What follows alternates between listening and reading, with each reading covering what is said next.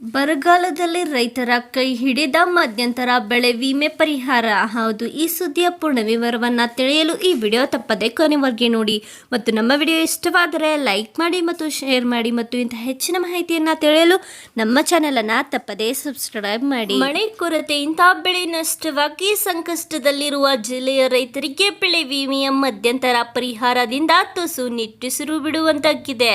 ಮೊದಲನೇ ಹಂತದಲ್ಲಿ ಪ್ರಧಾನ ಮಂತ್ರಿ ಫಸಲ್ ಭೀಮಾ ಯೋಜನೆಯಡಿ ಬೆಳೆ ವಿಮೆ ಮಾಡಿಸಿದ್ದ ರೈತರಿಗೆ ಮಧ್ಯಂತರ ಪರಿಹಾರ ಬಿಡುಗಡೆಯಾಗುವ ಮೂಲಕ ಬರದಲ್ಲೂ ಕೂಡ ತುಸು ಆಸರೆಯಾಗಿದೆ. ಈ ಬಾರಿ ಮಳೆಯ ಜೂಜಾಟದಿಂದ ರೈತರು ಬೆಳೆ ಬಿತ್ತುವುದರಿಂದ ಹಿಡಿದು ಎಲ್ಲ ಹಂತದಲ್ಲೂ ಕಷ್ಟಪಡುವಂತಾಗಿದೆ.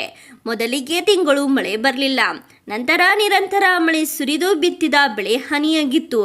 ಆ ನಂತರ ಮತ್ತೆ ಮಳೆ ಕೊರತೆಯಿಂದ ಬೆಳೆ ನೆಲೆ ಬಿಟ್ಟು ಮೇಲೇಳಲೇ ಇಲ್ಲ.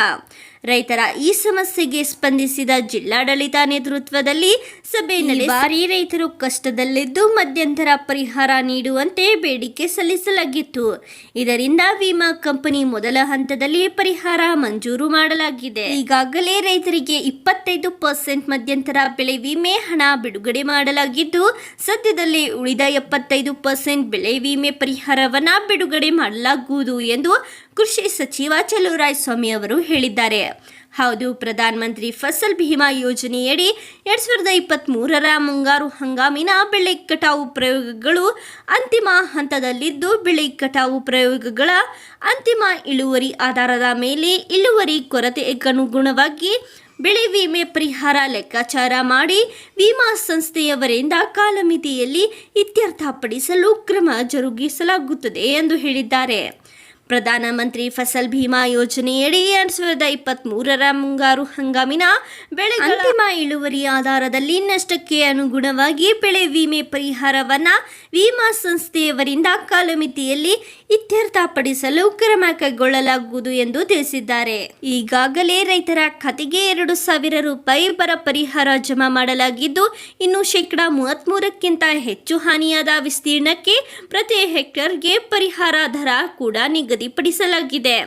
ಮಳೆಯಾಶ್ರಿತ ಬೆಳೆಗಳಿಗೆ ಪ್ರತಿ ಹೆಕ್ಟರ್ಗೆ 8,500 ರೂಪಾಯಿ, ನೀರಾವರಿ ಬೆಳೆಗೆ 17,000 ರೂಪಾಯಿ ಮತ್ತು ಬಹುವಾರ್ಷಿಕ ಬೆಳೆಗೆ 22,500 ರೂಪಾಯಿ ಬೆಳೆ ಪರಿಹಾರ ನೀಡೋದಾಗಿ ತಿಳಿಸಿದ್ದಾರೆ. ರೈತರು ಬರ ಪರಿಹಾರ ಪಡೆಯಲು FID ಮಾಡಿಸುವುದು ಕಡ್ಡಾಯವಾಗಿದೆ. ನಮ್ಮ ಈ ವಿಡಿಯೋ ಪೂರ್ಣವಾಗಿ ನೋಡಿದ್ದಕ್ಕೆ ಧನ್ಯವಾದ. ಮತ್ತು ನೀವು ಇನ್ನೂ ನಮ್ಮ ಚಾನೆಲನ್ನು ಸಬ್ಸ್ಕ್ರೈಬ್ ಮಾಡಿಲ್ಲವೆಂದರೆ ಈ ಕೂಡಲೇ ಸಬ್ಸ್ಕ್ರೈಬ್ ಮಾಡಿ. ನಾವು ಈ ಚಾನೆಲ್ ಮುಖಾಂತರ ರೈತರಿಗೆ ಉಪಯುಕ್ತವಾಗುವ ವಿಷಯಗಳ ಬಗ್ಗೆ ತಿಳಿಸುತ್ತೇವೆ. ಮತ್ತು ನಮ್ಮ ಈ ಒಂದು ಮಾಹಿತಿ ನಿಮಗೆ ಇಷ್ಟವಾಗಿದ್ದಲ್ಲಿ ನಿಮ್ಮ ರೈತ ಬಾಂಧವರೊಂದಿಗೆ ಹಂಚಿಕೊಳ್ಳಿ. ಧನ್ಯವಾದ.